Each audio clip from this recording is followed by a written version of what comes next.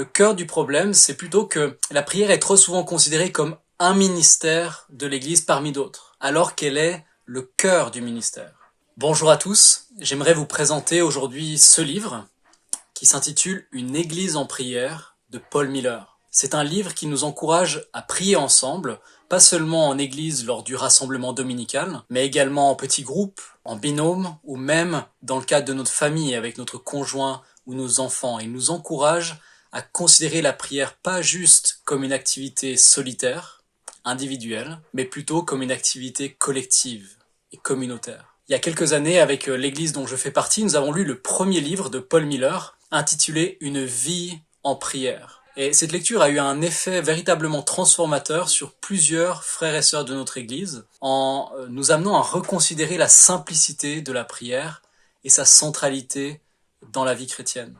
Et je suis vraiment reconnaissant que Paul Miller ait repris ces idées pour les appliquer cette fois à notre vie d'Église locale et à notre vie communautaire. La thèse principale de ce livre, c'est que il ne suffit pas d'organiser davantage de moments de prière pour devenir une église en prière. Paul Miller écrit que quand on évoque la nécessité de devenir une église en prière, tout le monde semble tomber d'accord.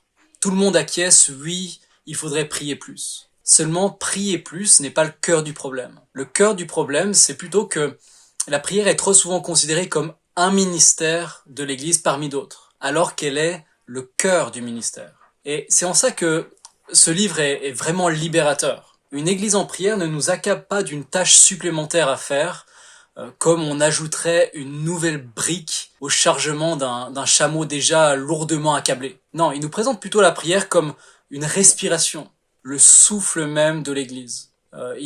Paul Miller montre que par la prière, nous laissons en réalité la place à l'Esprit de Jésus pour faire ce que nous ne pouvons pas faire par nos propres forces et moyens. Donc je vous encourage vraiment à prendre ce livre, à le lire pour vous-même déjà, et puis peut-être en petits groupes ou dans le cadre de votre église pour vous encourager à développer une vie de prière collective.